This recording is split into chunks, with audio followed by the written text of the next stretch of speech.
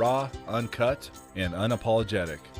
Welcome to Men Talking Mindfulness with your hosts John McCaskill and Will Schneider.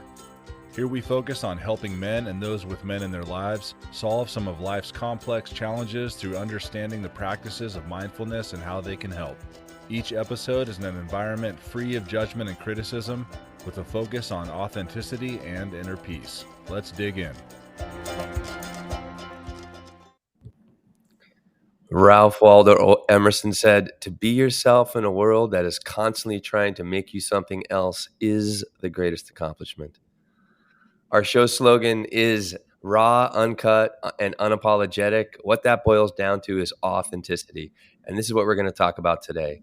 What it takes to be your authentic self. It's a gift to be yourself, and a gift you give to the world when you are your authentic self. Why? Because you are of your unique self-expression, and your one-of-a-kind mind, and this expression gives others the inspiration to be themselves and unapologetically express their own unique voice and gifts.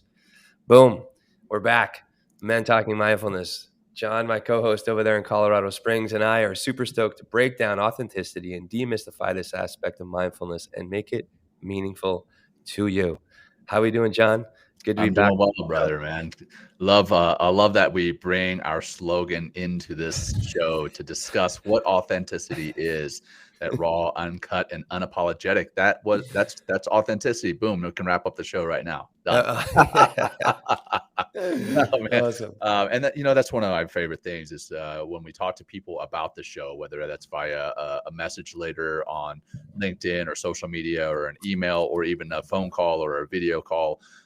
That's what I often hear is that people appreciate the authenticity of the show. And that's what's so great. And it means a lot. It means a lot to hear that. And we're going to get into why it's important and how much that allows you to connect with other folks. But first, I got some announcements, so I'll stop rambling. And those announcements are, as we always say, we appreciate if you guys you as our audience will follow us on YouTube, and we've made it that much easier. You just go on YouTube and type in @ symbol Men Talking Mindfulness, or you can go on youtube.com/@ Men Talking Mindfulness. There, it's easy. Go ahead and subscribe, hit that little bell so that you get notified of that new content when we do release that new content. And we do release stuff outside of our podcast. We release meditations. Will has released a lot of little mini shows that kind of delve into a little bit of stress, a little bit of hydration, anything like that. So we do have shows that are on there for our subscribers. Next thing, we've talked about this, but save the date, the 18th through the 21st of 2023 for our next iteration of the Mindfulness Adventure Retreat. And this one is going to be on the East Coast and Upstate. East side. I didn't see that coming. I'm sorry. Exciting, man. You're going to start throwing up the symbols. Boom. Oh, hell yeah, dude. East side. Yeah. So, hey, this retreat, it's going to be out there on the East Coast in upstate New York. And then Will is offering the weekly breath, the weekly midweek refresh. And that's going to be on Insight Timer. That's Wednesdays at 6:30 p.m. Eastern. Check that out. If you're not following Will on Instagram, go ahead and follow him there. He's going to put out more details there. And then that's, again, on Insight Timer. Don't have to have any experience. You can roll with that with zero experience. Check it out, Insight Timer. You can follow both of us on Insight Timer as well. That is a meditation app that we are putting more and more content on, to include this podcast. We're going to actually start putting our podcast on Insight Timer to tap into a new audience. And then finally, we are finally going to get a permanent merch store open. That's not open yet, but it will be soon. And we wanted to let you guys know that that's going to be out there. You're going to be able to order the hats, the sweatshirts, the hoodies, the tank tops, coffee mugs, keychains, anything that you want that we have the MTM logo on. And we would appreciate you guys' support, because that does help us to fund the show, because we don't make any money off the show. Where it's actually the opposite. But anyhow, we don't do it for money. We do it for the impact, and that for impact. The love. To talk, the impact, the love, the progress that we're helping you all as audience members and society at large make through implementing mindfulness and the aspects tied to mindfulness part of your life. All right. I think that's all I got, man. Let's kick it off with that grounding practice, like we always do, man. Is that you, Will? I've got my notes got signed out in the middle of my reading. So Oh, well, yeah, John, if you still need notes on the grounding practice, I think not the you grounding gotta. practice. It's I'm just I can do the grounding practice backwards, upside down, and inside out. and standing on your head too, right? Yes, yes. For sure. Well, I'll do the grounding practice, John, to begin, and we just do 5 breaths, everybody. 5 breaths to hit the reset button and just to help you get more focused and grounded and absorb what we're going to talk about today about authenticity. So we'll just simply exhale out the mouth, really hit the bottom and pull the navel in to even extinguish the rest of that exhale, and take a big giant breath in through the nose and let it go out softly. Again. And imagine the exhale just kind of melting you into peace. The shoulders soften, the face, the jaw, your body drops into your hips. Again, inhale. Exhale, melting, letting go, dissolving. 2 more in. And think of the inhale as like the opportunity to find more peace as you exhale into that peace. Great. 1 more. Easy out. Take just one little moment here and thank yourself for being part of listening to the show today. And we thank you for listening to the show today. And let's get started, John. That East Side thing, John, was actually a good example of being authentic. I think that's a good place to start. Yeah, well, that's a better place to start than our typical way of defining it. But I love it, man. That was the definition of authenticity in action right there. And then also our flubbing words and goofing off, and the fact that my notes signed out, and dropping the F-bomb all over the place. That's authentic, man. It's real. So that's authenticity. Let's define it, and then get a little bit into, why it's so important, why it's so hard to be authentic for some, and in different times, right? It might be easy to be authentic among your friends, but maybe it's not. It might not be easy to be authentic with your colleagues or whatever. So man, let's start with that definition. All right. Authentic defined. Authentic means not false or an imitation, right? It's real and actual, right? Real, actual. Another definition is true to one's own personality, spirit, or character. And here's it says, true to one's own personality, spirit, or character. Here it says is sincere and authentic with no pretensions. Yeah, is that right? Pretensions. Yeah. And then synonyms, I thought would be good, just because we're gonna be using so these words are not exactly what authenticity is, but they are definitely similar synonyms. So bona fide, genuine, honest, and real. Yeah. So we mentioned real a couple of times. Like genuine is good. Honesty, honest, and truth. This is gonna come in the conversation as well, and we'll make a little bit of a distinction, but there's obviously some similarities there as well. And bona fide, I've always thought was a great word. What I don't use often enough, but I do use bona fide once in a while. It's a good word.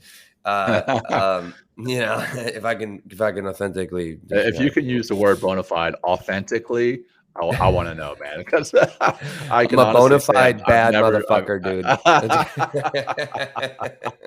I love it. How's that? I love it. Just kidding. There you go. Anyway, that was very for authentic, Will, man. Oh, I think we've already dropped the record number in this show so far. Oops. Sorry, everybody. Unapologetically, though. Sorry. That's right. So let's. We defined. So and maybe another quote. I mean, you want to read? Man. There's a few more here, so jump on, man. Yeah, sure. So rather than love, rather than money, than fame, give me truth, and that's Henry David Thoreau. And we already read Ralph Waldo Emerson's one, and then Brene Brown, who I'm a huge fan of. The truth is, belonging starts with self-acceptance. Your level of belonging, in fact, can never be greater than your level of self-acceptance. I want to read that part again. Your level of belonging, in fact, can never be greater than your level of self-acceptance, because believing that you're enough is what gives you the courage to be authentic, vulnerable, and imperfect. So that one really, really resonated with me, because a lot of the time we don't have that self-acceptance, and so that we put forward we wear a fake mask, we wear a false armor. And I know we've touched on something similar to authenticity in the past, in our past episodes here and there, but we've never done an actual episode on it. So it's great that we're delving further into it and getting deeper into being our authentic selves. But what, that said, go ahead. Yeah, how often do we talk about, from the masculine perspective, false bravado? Oh, yeah. You know what I mean? Like, that's like, that's exactly the opposite of like putting that armor on and drinking the Kool-Aid of how you should be, and how you should show up and the way you should be speaking or acting and even walking or holding your shoulders is like, that is not an authentic place. Right. And I think what the opposite of authenticity is, is I should put the antonyms in here as well, is being fake. Yeah. Is like being somebody else or trying, to put up a false sense of who you are. Well, why do we do that? Why do we do that? Why do we? It's fear. It's fear. It's fear. It's self-protection. Yep. It is wanting to fit in. Wanting to fit in. That's a great point. Like really, really trying, especially, wanting to. Yeah. I mean, that's a big part of it. Is like is that social contagion of trying to fit in, and conforming is another thing. As I was doing the research for this, conforming to, what everyone else is doing or someone else's values or someone else of their own self-expression. And, there's nothing, conforming. I think that's, that's how we're kind of raised in some sort of conforming setting in some ways. Like, I mean, because your ideal up until a certain age, like your ideal, view of a man or a woman is your father or your mother or whatever in some ways. And maybe you'll conform for a certain amount of time to how they do things. And then there might be a point, and hopefully there is a point or there has been a point in your life that you're like, oh, wait, that's not me. That's my father. That's my mother. Or that's like some other influence that you've had in the past. And then it's like, but who am I? And I think that's the question, that's the question that is, that will take some time to answer and to develop. And again, we talk about meditation all the time, to go in on the inside and do some self-discovery work, in that non-doing, non-action kind of meditative space is very important. But I think trying on new hats, you know what I mean? It's like, growing up, I was in the fucking marching band, John. I was too, man. Trombone, no baby. Shit. Yeah. Me too. No shit. How did we not know this about one another? Oh shit, I did a fucking trombone. I was horrible. That's wild. Man. Wow, I did not know that. There you go. Yeah. Well, I'm glad you actually brought that up. Funny enough, I didn't see us going down this path, but whatever, we're here. I actually in my mind when I was in the band, I was like, I'm such a nerd. Why am I like this is what I thought of myself, right? I was like, I'm such a nerd, and that's why I left. That's why I left the marching band. And I regretted it because I learned so much, not just necessarily through marching, but playing music, playing an instrument that I let kind of fall by the wayside. And I still regret it to this day, to the point where I long since sold my trombone. And, about 4 years ago, I bought another one and realized just how difficult it is to play. And I was like, I got frustrated and then ended up selling that one. And I've talked about it to my wife. I'm like, hey, I should buy another trombone. She's like, don't you dare buy another trombone. Gear guy. Another. Yep. Well, it sounds like you knew how to play the trombone. I feel that my music teacher, I think he was just nice to me. Like I think there's me and this other woman, Kristen, who were two trombone players out of, I don't know how many other people were in the band, like maybe 30 people, all different instruments. Lots of, Lots of, not flutes, clarinet, lots of clarinets. Because I think the clarinet is easy to carry in the fucking school. You know what I mean? It's easy. Instead of like a trombone is a big case. But I was awful. But I remember doing like marching band in the summertime and then we'd go on the field, and I had no idea, John. Literally, I was just like hoping like my sound was being, swallowed by the drums and all the other instruments around me. And I was just like, I was awful. And I thought it was like, I can't believe I'm doing this. I had a plume in my hat. You know what I mean? Like this big feathery plume, wherever that came from in our history as humanity. So anyway, trying out different hats. Like we both got the chance to play the trombone, but we also in that rubbing up against something new. And I think this is a key part to discovering your authenticity is you either know if like, oh, I want to do more of that, or like, you know what, that's not me. But what I did learn from this new experience is X, Y, and Z, and therefore I can take these with me. And I know that it's part of who I am maybe. And then moving in a direction in stepping eventually into who you are. That makes me think in Matthew McConaughey's book, Green Lights. Actually, I sometimes get confused as whether it was in Green Lights or whether it was in his commencement speech at the University of Houston, because there's a lot of overlap between those. Yeah. But he's talking about figuring out who you are and how important figuring out who you are not is to figuring out who you are. It's just as important, if not more so. So hey, you figure out that, hey, okay, marching band is not for you. I figured out the same thing eventually that was not for me. I figured out some other things that were not for me. Like I tried to play football, but I was, skinny, lanky guy, but I wanted to play football because that was the cool thing. Right. Yeah. That's like Friday Night Lights in my hometown, Ruston, Louisiana. That's Ruston, Louisiana. They live for their football.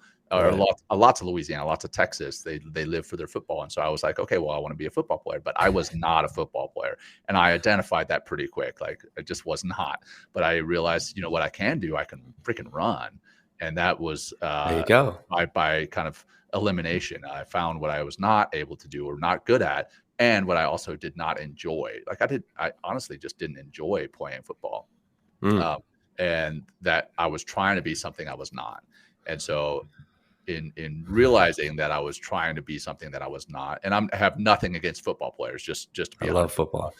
I still love football. I love football players.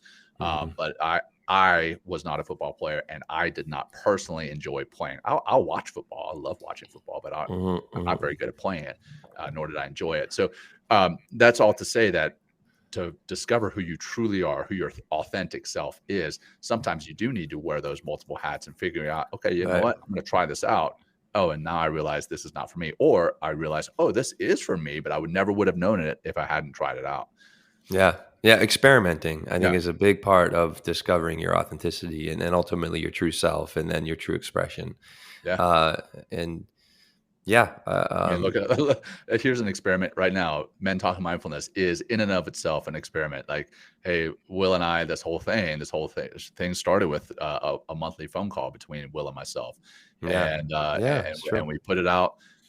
We decided to start putting it out as an Instagram live show. And then we started realizing that we really enjoyed it and that other people liked it as well. And now we've grown it into a podcast, but we never would have known if we hadn't tried and experimented with something.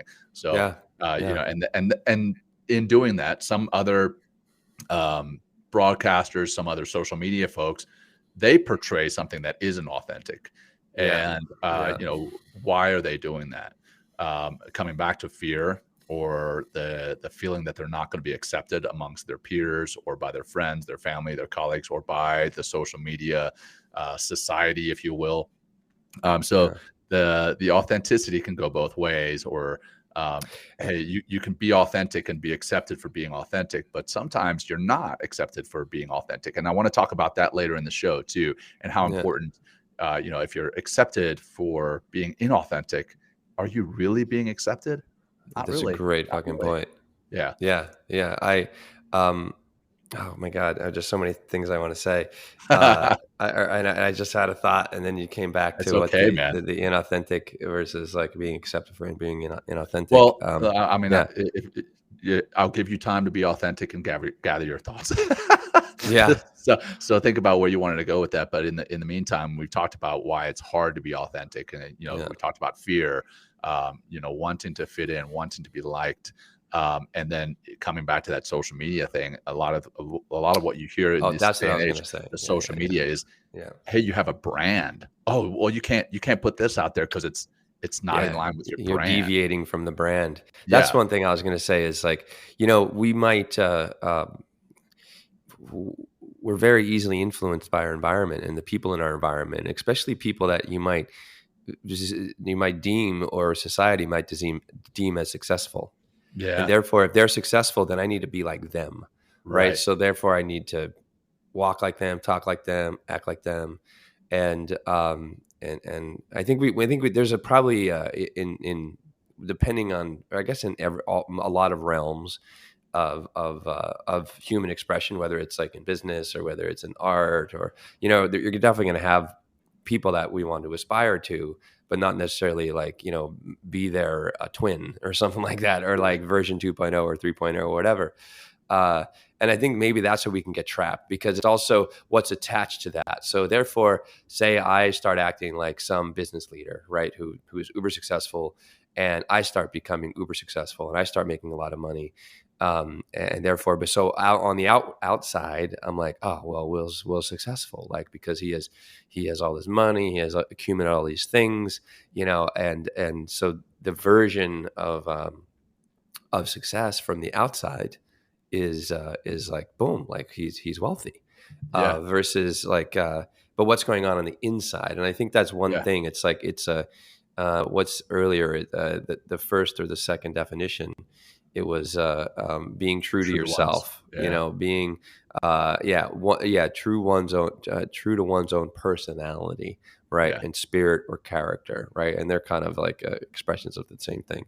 Sure. And that's like, and it's but maybe I think it's also the environment that you're raised in too. Are you encouraged to be your authentic self? Like my parents, like I was lucky. I was lucky to have a mom, my dad too, in some ways, but not as much. My dad, hey Dad, I love you. I mean, he doesn't listen to the show, so, but he didn't even hear that, but, and it might be a little sad right now, but my mom has been, very a force of like, she told me to go play the trombone. Like, my dad, got me to the football field, which didn't work out, but that got me to running. And I was really passionate about basketball. Right. And I was able to, like, thankful for my mom, like, I was able to cry and able to express myself emotionally, instead of being confined, right? Confined masculinity is definitely like a form of being inauthentic, right? For sure. Whereas liberating masculine would be the opposite, being your authentic, masculine male self.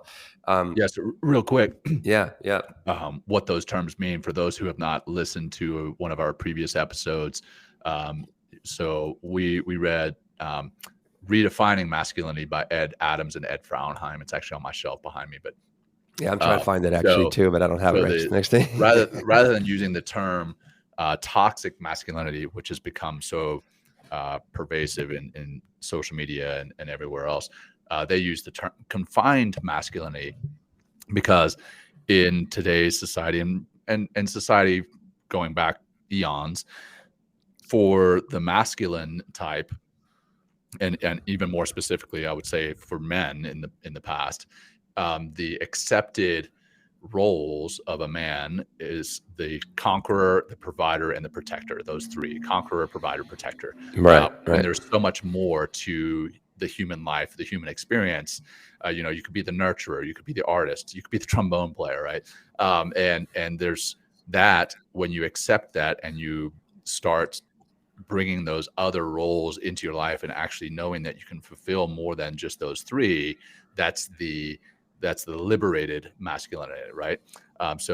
Confined, and once you bring out the other side of things, that's the liberating masculinity. So sorry, I just want to make sure our audience knew what we're talking about. I mean, could kind of get lost. Yeah, I mean, again, in this conversation, confined would be being inauthentic, not being yourself, not expressing your true character and spirit and personality. Whereas being liberated, and it takes work. It takes work, to go from one to the other, and hopefully you're not digressing from liberated to confined. I mean, that's like, I guess that can happen, but I don't know why someone would do that. But maybe there's some sort of tragedy that shifts them in another direction. But But it's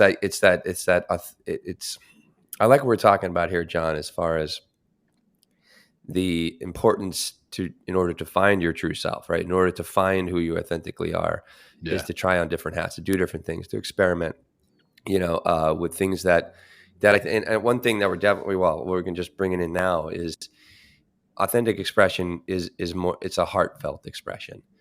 It comes from, instead of it, I think this season, John, has really been so helpful for me. And I'm glad we keep coming back to this, for our audience, because the mind, it divides, and like, we need to know the difference between, this is a coffee cup and this is a microphone. So I'm not going to speak into the coffee cup. or drink from the microphone, right? That's important. It's important, right? Very important, but also, but then we have, but then the heart, right? The heart is this unifying energy, right? Instead of separating energy, which is the mind. And, when we are authentically expressing ourselves, we are authentically expressing ourselves from our own heart, our own unique energy and electricity and expression of the heart. And it might take, if you're not used to, or a confined masculine, or just anybody that hasn't been rewarded for being heartfelt, it's just going to take a little work to get in there. But if you're living passionately, in the sense of, I like this, so therefore I'm going to go do that. Like, I took a pottery class, like as an example, like a few winters ago. It's something I like to work with my hands. I like to create shit. So I was like, I'm going to go. There's a pottery place here in New York, and they have a whole school. Nice. That's one thing I like about New York. There's just, there's so much you can do here. So I signed up for class. Yeah, it's great. So I just worked with pottery for like 3 months, not to like be a pottery person or whatever, or a potterist, right? No, I'm just kidding. A potter. A potter. Yeah, sorry. Yes, right. Instead of a pianist, a potter, same thing, right? So, but I learned, it taught me, I learned more about patience. I learned, I like, clay, and I like, I just like the act of creating. Exactly. Yeah. The act of making art, or just creating something. And, but that helps me to be more creative in other aspects of my life. I'm not, running around making a fucking pot or a bowl out of everything. But like, I'm able to just trust my creativity, and that creativity is also connected to your heart, and that heart again is going to help you find and discover more of and I think it's also an ongoing process of being your authentic self. It just keeps evolving, and maybe things like come up, and you're authentically expressing those things for a while, and then maybe those things don't come up again. But I think it's just I think it's an ongoing evolution, I think, in some ways, to find and be your authentic self, definitely to be your authentic self, but to live and maintain. It's just like, I think it takes a level of maturity that a lot don't have. Yeah. I mean, coming back to our high school examples, right? We got wrapped up in the fact that we wanted to be the cool guy. Like, I wanted to play football because I wanted to be the cool guy. I didn't want to be in the band. Get to chicks. Yeah, right. I didn't want to be in the band because I at the time thought that being in the band was not cool.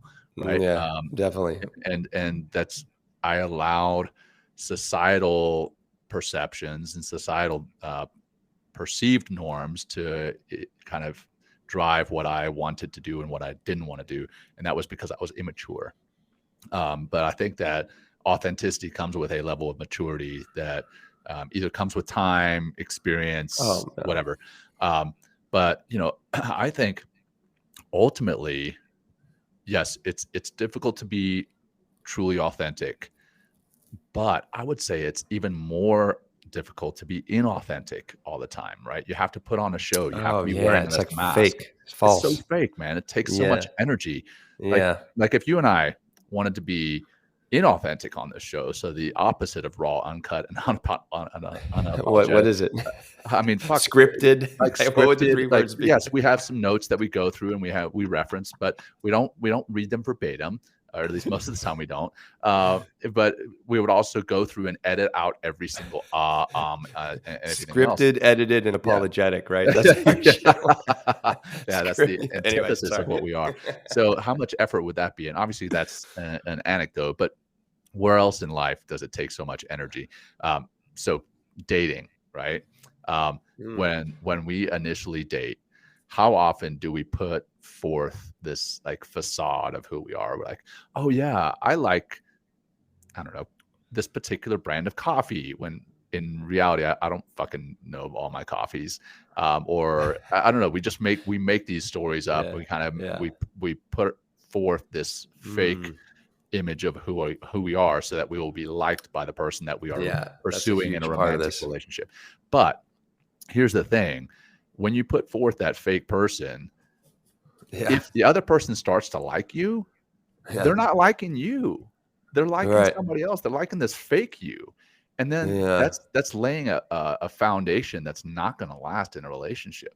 So why not start the relationship off by being your true self, like allowing people to see your flaws physically, emotionally, spiritually, or flaws. They're not flaws. They're your real self. Like let people see the real you. Your uniqueness. Your uniqueness. Yes. Yeah. So let people see the real you, and your relationship is going to be stronger, probably last a lot longer, and be more, the relationship itself is going to be more authentic.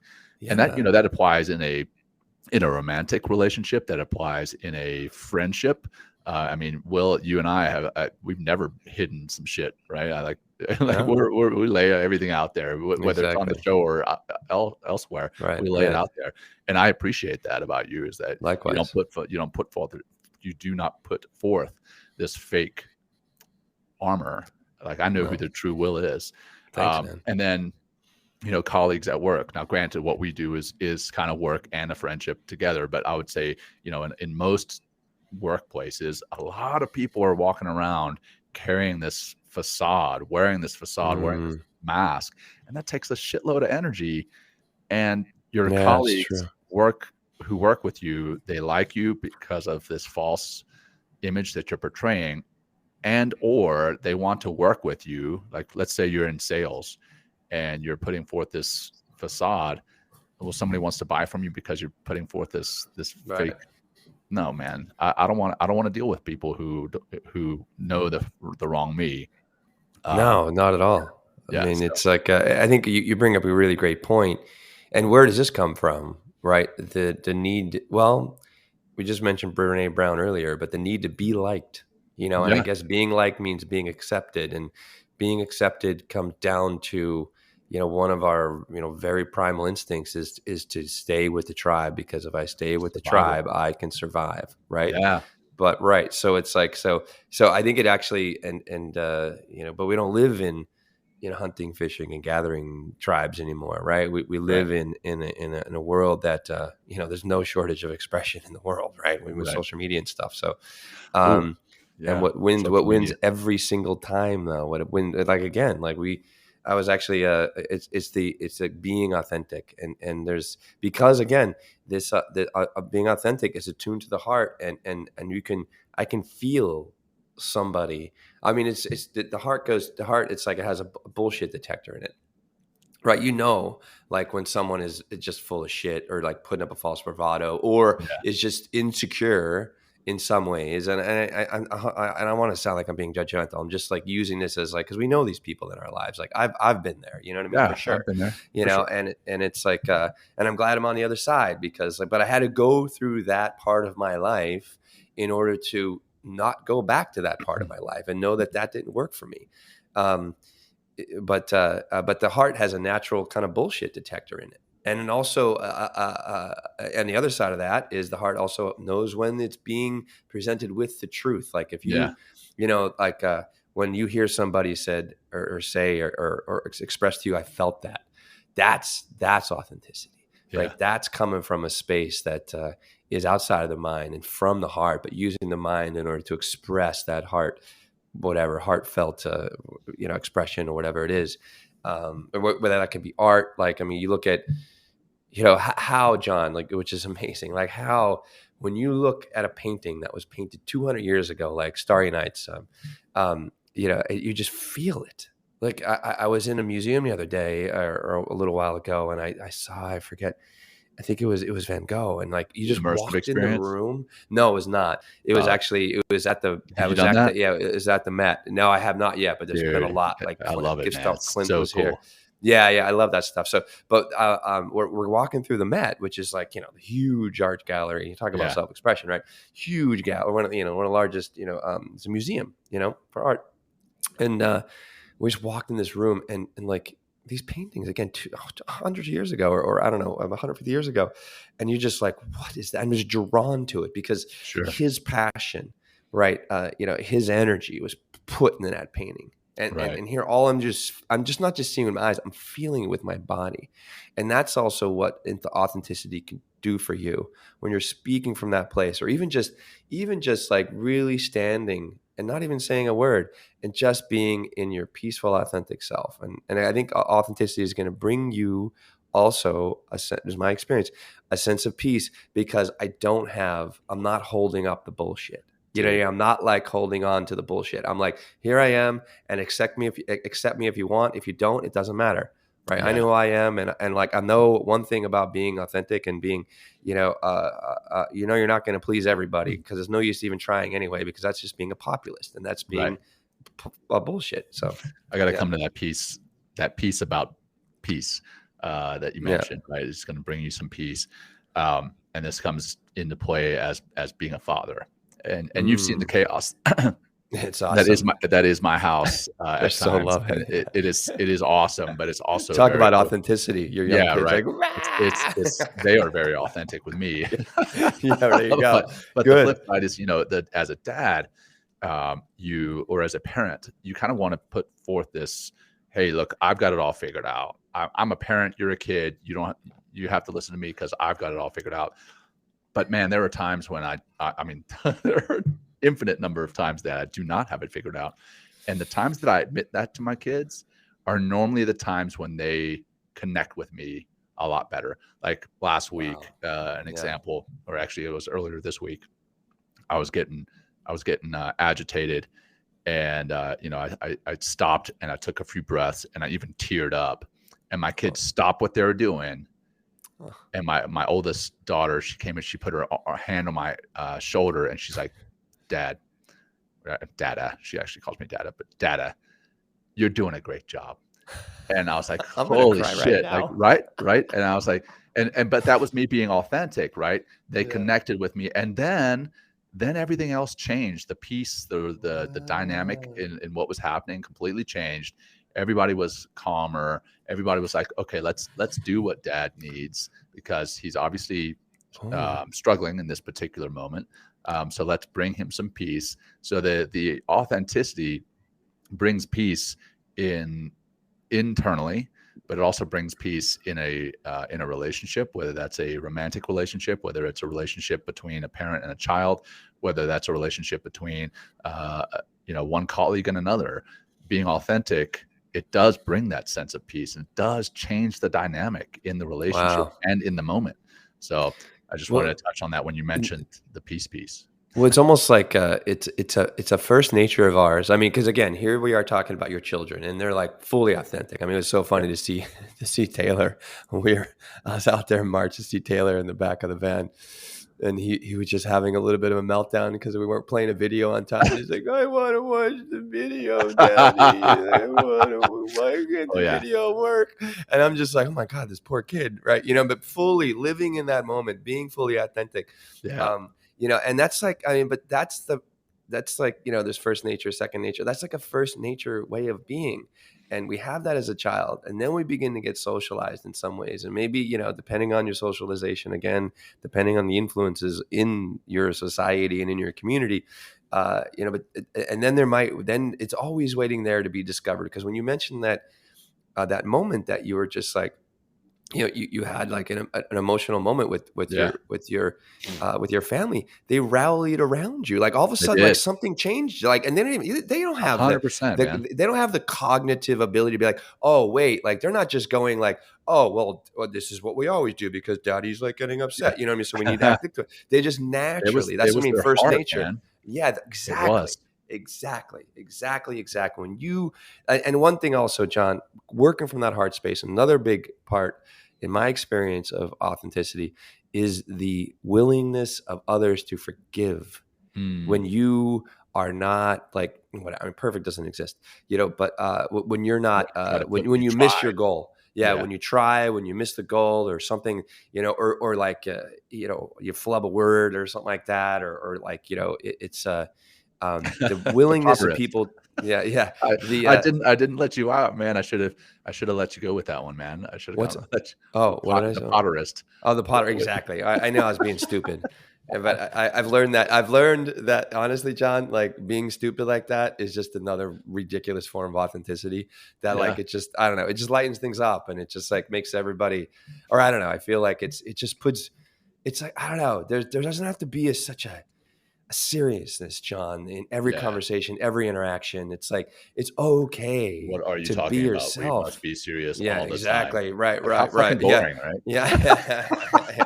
Edited, right? Raw, uncut, edited, We're robots. That doesn't make any sense to me, John. So it's, but it's like, we all want to be authentically able and willing, or not. We all have the ability to be authentically expressing ourselves, right? And whatever that expression looks like.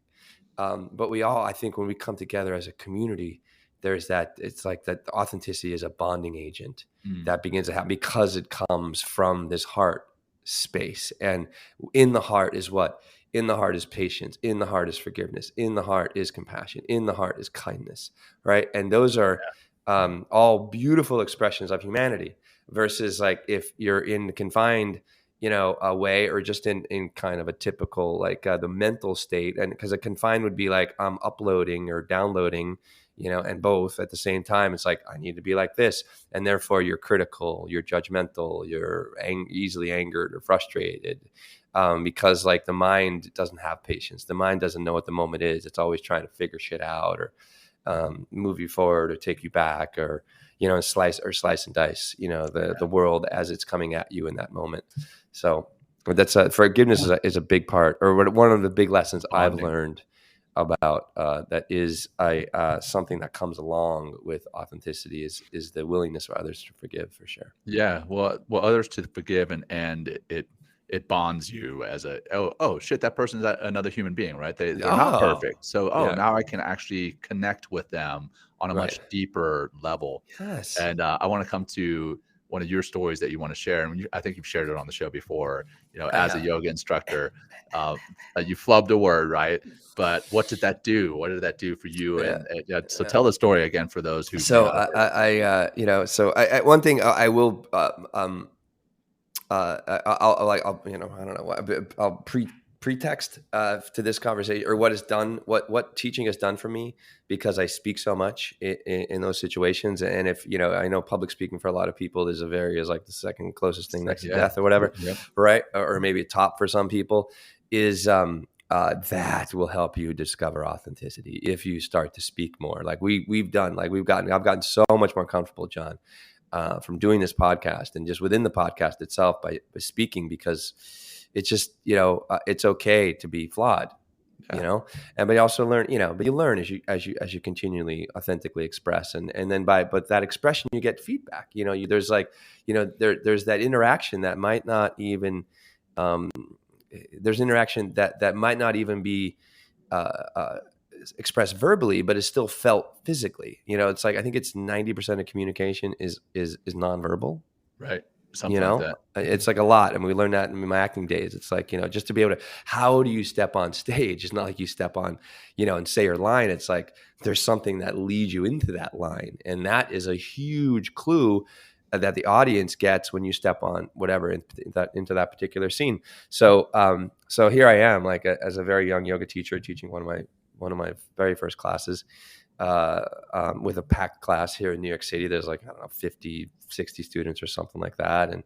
And here I am as a new teacher. So it's like, I'm feeling the influence of like, I was being inauthentic, or, I was just like trying to figure myself out, but also, right. Trying to be, I wasn't necessarily trying to be perfect as much as like, I was just trying to be good. You know what I mean? I just trying to really like to lead a, you know, life altering class, you know what I mean? Or something, you know what I mean? Or like, or lead a class that would be impactful for people, if you will. So I'm there in the beginning of class. It's like the first 3 minutes. I'm like, all right, let's let's rest in child's pose. And all right, now everybody, I just want everyone to feel your breast. And I was like, oh, fuck, man. I was like, right. And there was this moment, John, it was like, yeah. And I was like, I just froze, right? Because part of, I think also what I have here in the notes is like part of the path to your authenticity is dealing with embarrassment. Yeah. Right. In some ways. Right. So in that moment, I was like, oh my God. And my heart rate started to go up and I could feel like I was getting a little flushed. And then out of nowhere, I just said, oh, this is going to be a really great class or something like that. Right. And everyone laughed. Everyone laughed, which said to me, right, it's okay. It's okay that I fucked up.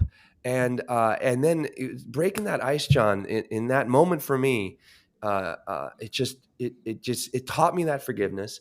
It allowed me to be authentic, or started my my authenticity as a teacher. And I never stopped. I never stopped. And I just find more and more and more ways to try to be more authentic to what's going on in the classroom, what's coming through me and out of me. And,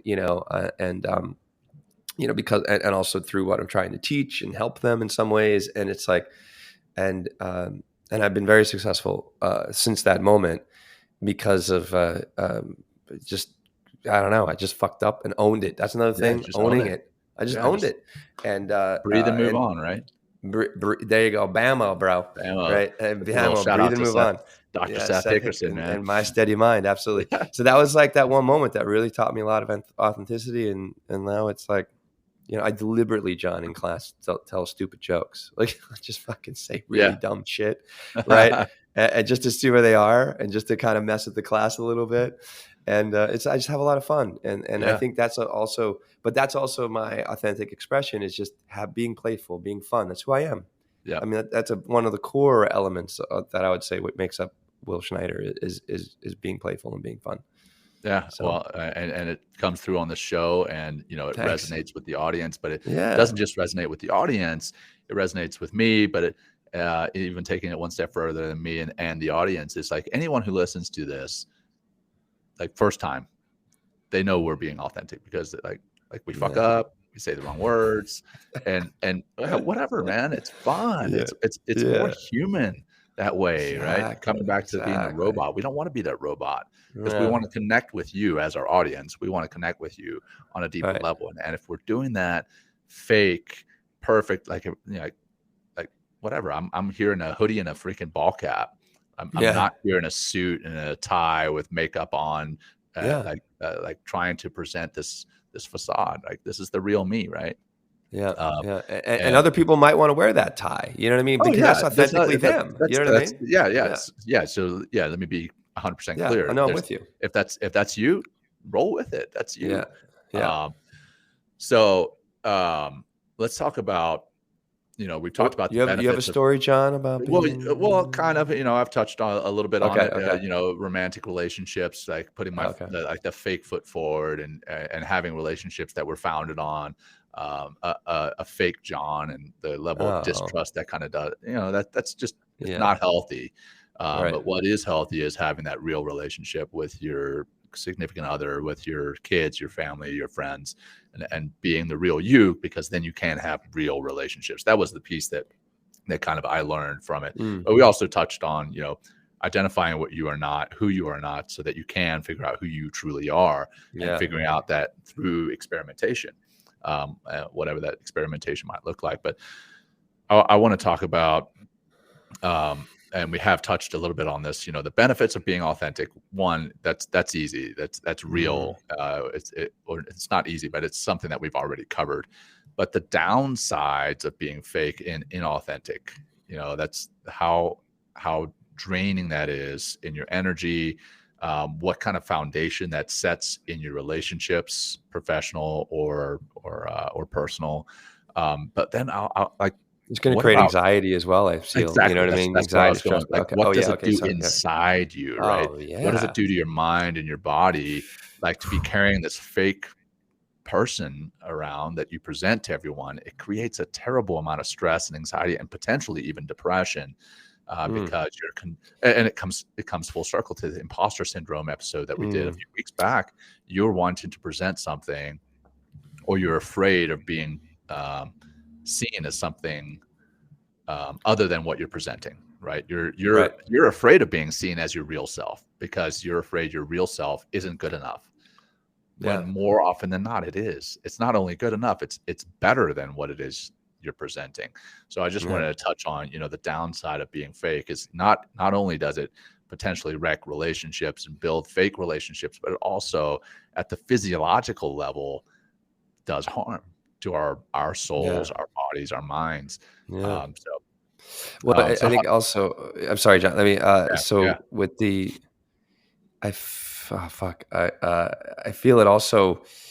Uh, it also repels opportunity. You know what I mean? It like kind of Mm, pushes away things that might be in your immediate ether, if you will, that can help you, take that next step or figure out a solution to a problem. But if you're fake, it's like, I mean, almost like in that if you're phony, right? And edited and and all the time and putting up this false bravado or whatever it looks like. It's like you have a shield up, and that yep. shield keeps the world away from you. It keeps the, I'll say this, it keeps the hearts of others like away from being in your heart. Mm, You know what I'm saying? yeah. It's like because again we they've shown this in heart math that we were able to pick up the hearts of other people's around us Yeah. The just energy. by the nature and the intelligence of the heart itself, which is Right. which is mind blowing. But that's again what we said earlier about that. Oh, I felt that, or that's Mhm. like wow, that resonated. I think a resonate is a frequency, right? That resonated with me. It's like I'm projecting not verbally, but I'm projecting energy from the source of the heart that Right. is so that's like, well, that's another downside of being inauthentic. It's like you're not letting others in. You're not letting the hearts of others in, which can shift the course of your life in some ways. Yeah. What are you missing out on, right? What Exactly. what real relationships and real connections are you missing out on? Yeah. Yeah, 100%, man. So we've talked about what authenticity is. We've kind of we've kind of beat that dead horse. But how does one become more authentic? Like how does one get that shield that they've been carrying, or that armor, or that mask that they've been wearing, and decide to set it down, and not only decide to set it down, but then actually, how do you do that? How do you do that, man?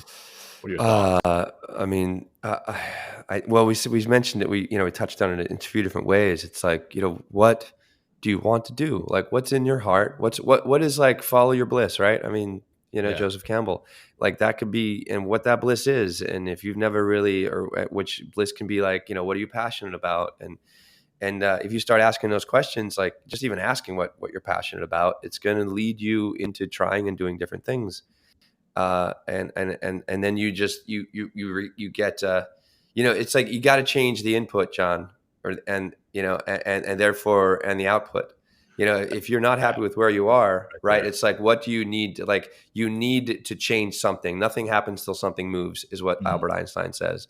Or nothing happens till something changes, right? Because it's all just going to move through the same loop and the same pattern of doing and being and feeling, and then wonder why there's like, why I feel so sad, or I'm so void of any kind of, this or that, or I feel empty on the inside.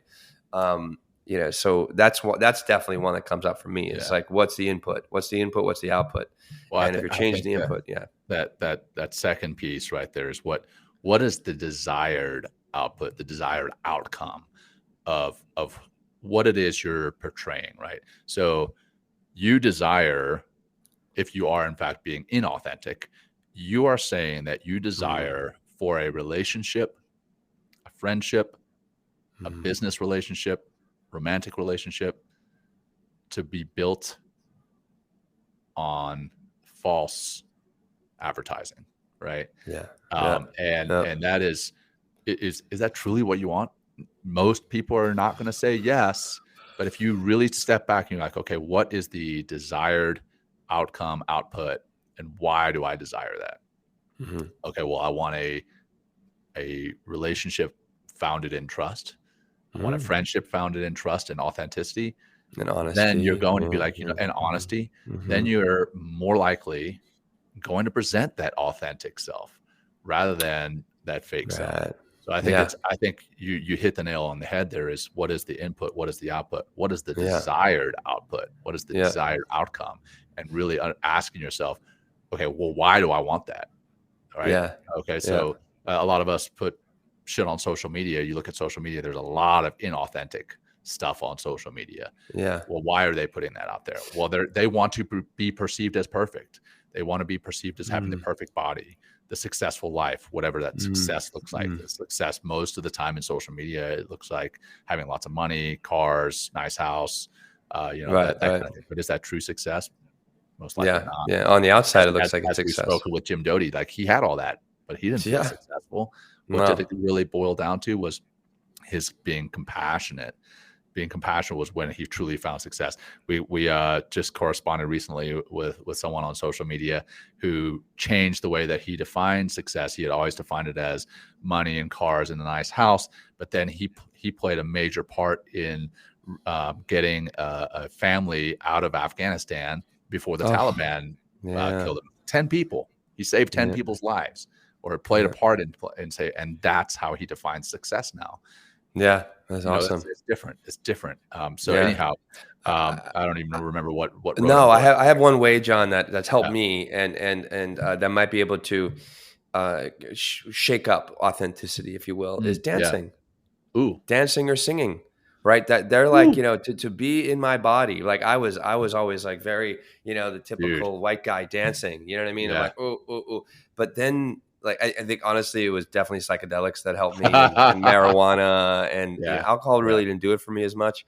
But like, just being able to, what psychedelics and what pot has done is helped to get the beat in my bones, if you will, like get in my hips. And then I just started exploring and playing and not giving a fuck, and everyone else dancing anyway. And then I just began to find this authentic movement in my body, and it brings, and I also, John, the authenticity, I would love to see, I don't know if they've done studies like this out there.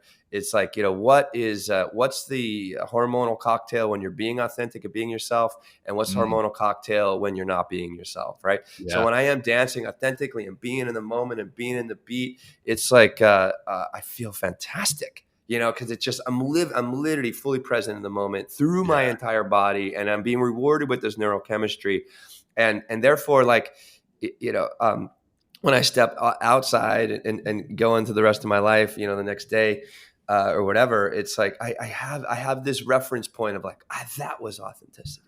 That felt like authenticity, and or that was, that feeling of authenticity. And I think that's another part is like, what's the feeling? So a lot of things I'm learning, John, it's like it's dose dependent.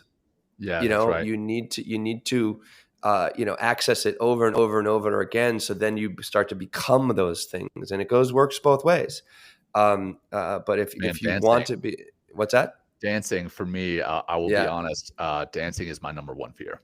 I fear dancing more than I fear death. I fear dancing more than I do public speaking. I'll speak in front of a crowd of 1,000 people before I dance, and that is because I fear it. And that comes back to why are we inauthentic? Because of fear. I fear being judged on the dance floor. I would rather sit, and this is me being authentic, admitting this. At least I think it is. Like I would rather sit on the side and look as though I'm a stoic, like tall, strong, silent type, right? Than be on the dance floor making a fool of myself. But that's something I need to get over. Right. Because right.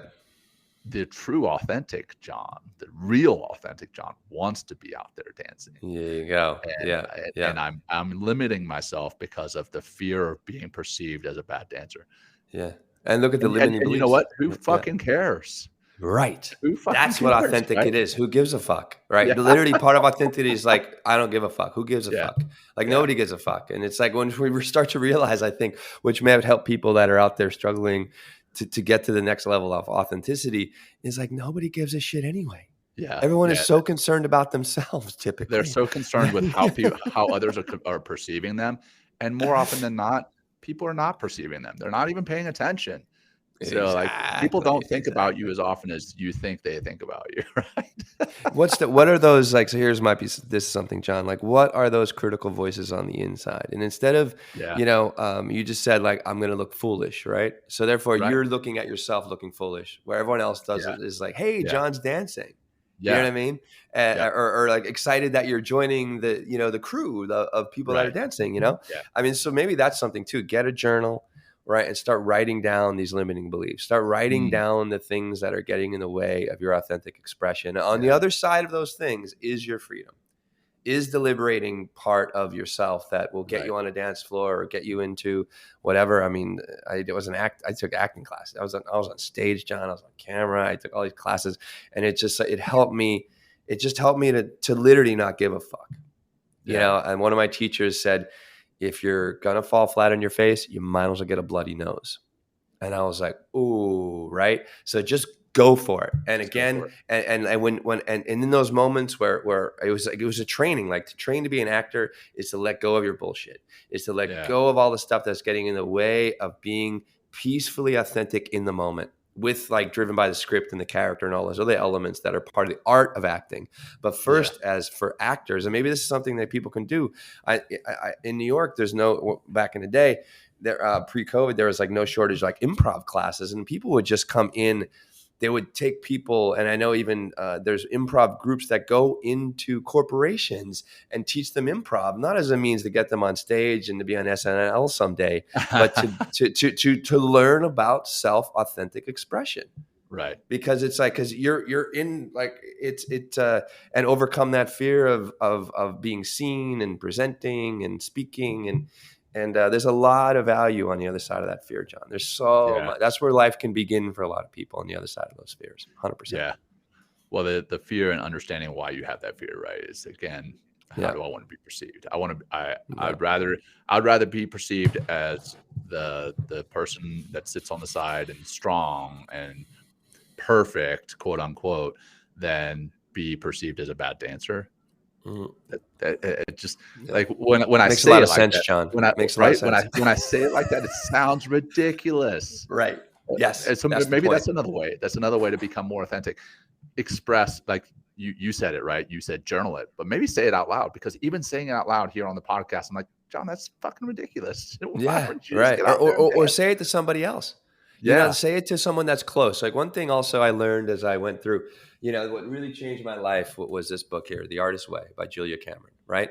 And she talks about, when you are stepping out of your comfort zone into more of your authentic, heartfelt expression self, you have to be protective. She calls it your artist child. Like you're raising an infant in some ways. I love so that. You have to be very nurturing as far as like who you share these things with. So what you just said there, John, as far as like, oh, when I say these things, it sounds ridiculous. Like that's something you can express with someone you're close with, as far as like your wife or a best friend or something like that. It's like, hey, does this sound ridiculous? Or let me know if I'll check my mind here with this thought. Logic. Does this make sense? Right. And again, that's the mind typically, right? And some sort of fear-based limiting belief.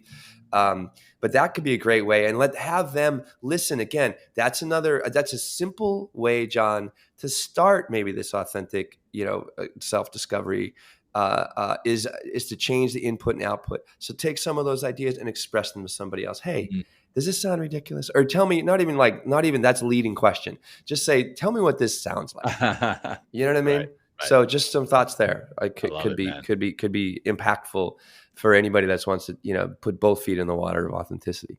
Yeah. And you know what? I would love to hear from our audience in this one. Grant, right. So 100% transparency. We are recording this on Friday night, November 18th. And 100% transparency, authentic. So we are recording this whenever the fuck it's supposed to air. It's November 18th. late in the afternoon. That's why it's dark in Will's house right now. Oh yeah, first time, right? Yeah. So normally we do this at 12:30 Eastern on a Friday.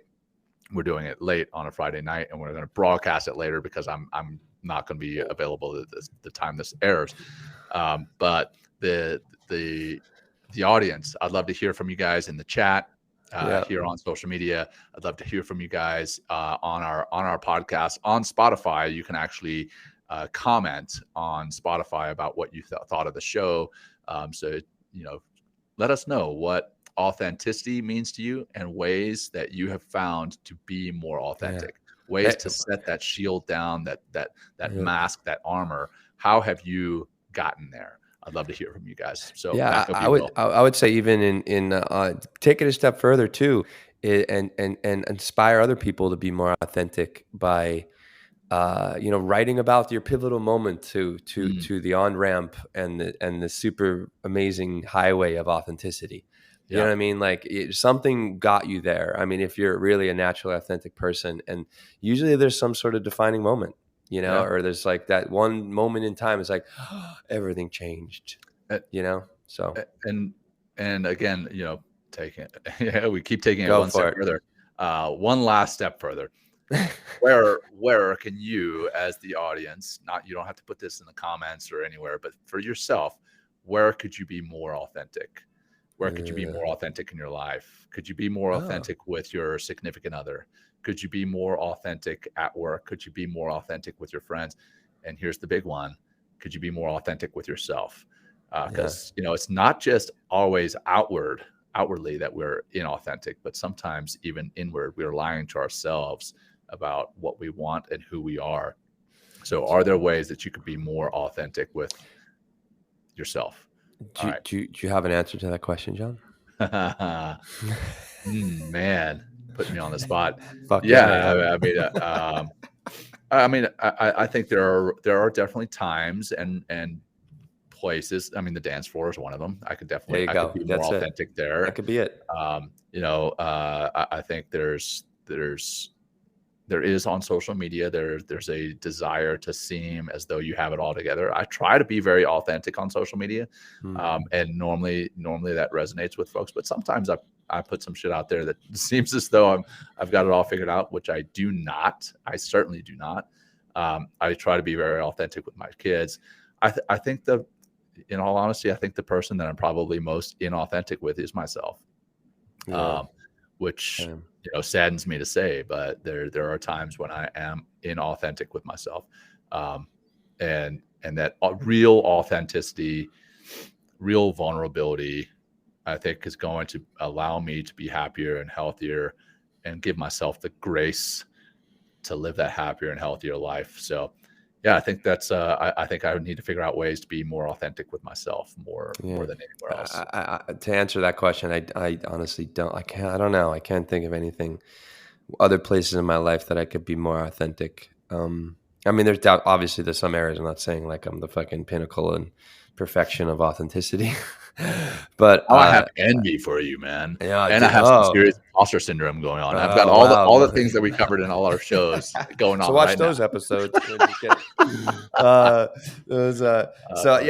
think we can end it there, John. I mean, sorry, I don't have something more on that particular question, but that's something that hey, hold me to the fire, everybody out there, and and ask me those questions. Like, hey, Will.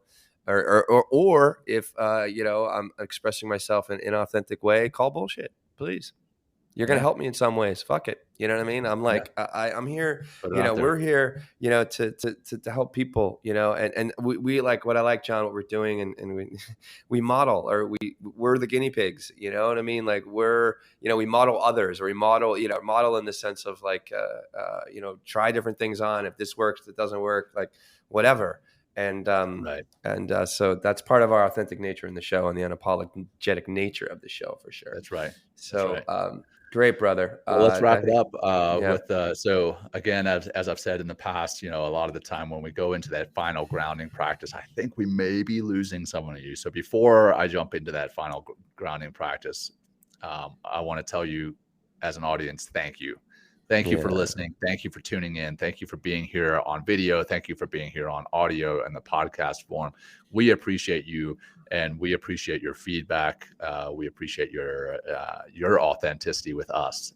So it's awesome. But we also want to ask you to share this with your friends, your family, your colleagues, anyone you believe can benefit from this. Not just this episode, but the show as a whole. And you can share it as video on YouTube. You can share it as podcast. Take a screenshot.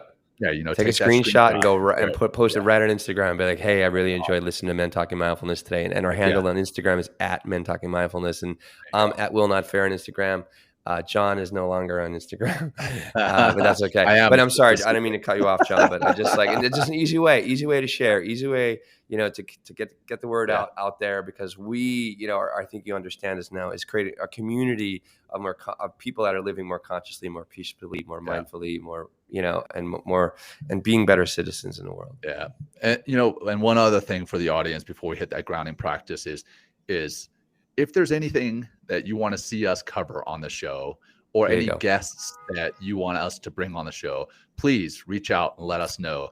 And if you have that contact of that potential guest, connect us. We would love to talk with them and bring them on the show to discuss your desired topic. We want to make sure we are serving you guys as our audience. All right, I beat that dead horse. So let's get into that grounding practice. I'll be, again, 100% transparent. It is Friday night. Will and Lindsay, our EA, in the background, pulling all the strings, making things happen. It's later, at least, on Friday night. So I'm going to wrap this up pretty quick. And it's the Friday night before our Thanksgiving break. So for our listeners, happy Friday, happy weekend, happy Thanksgiving. Now let's get into that grounding practice. All right, so whatever looks and feels safe and comfortable for you, go ahead and get into that position, and let's bring our attention to our breath. Bring your attention to your breath, not your breasts, Will. So let's bring that attention there. Nice job. All right, our breath, your breath, paying attention to the physical aspects of it, not forcing anything just yet, just paying attention to it, bringing yourself and your awareness, your attention intentionally to the here and the now. This place, this time. Noticing the rise and fall of your diaphragm and what that does with each breath in and each breath out. What that does to your body. What your breath does to your body, what it does for your body.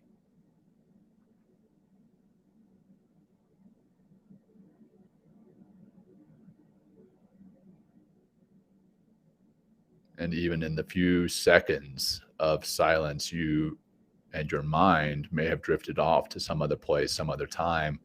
Just gently bring it back, no judgment. Gently bring it back to focusing on the physical aspects of each breath in and each breath out.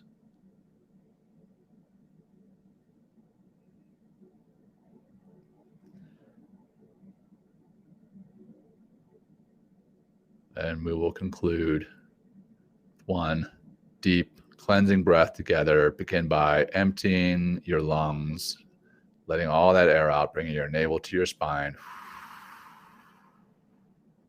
Nice deep breath in through your nose, ideally. Filling all the way to the top. And holding full. And release, release, release, release. And start to bring some micro movement, maybe even some little dance moves into your body, dancing, being more authentic. Oh, there it is. If you guys are listening to the podcast, you got to come in and watch it on YouTube, because Will just busted out some awesome dance moves there. Hey, again, this is going to air after Thanksgiving, but we want you all to have a wonderful Thanksgiving break, a wonderful holiday season. As we come up on the holidays, we have had an episode on how to deal with the holidays with less stress and more joy. So if you haven't listened to that episode, please tune into that episode too, because it is valuable. It'll give you some lessons on how to make the holidays better for you, and for those around you. Will, I'll turn it over to you to shut it down. Just want to say thank you, everybody. Have, hey, enjoy your life. Be authentic. Do the things that scare you and watch who you can become. There you go. I love it. All right, brother. As Thank you, always, brother. Until next time, peace. Peace. Thanks, everybody. Joining us today. We hope you walk away with some new tools and insights to guide you on your life journey. New episodes are being published every week, so please join us again for some meaningful discussion. For more information, please check out mentalkingmindfulness.com.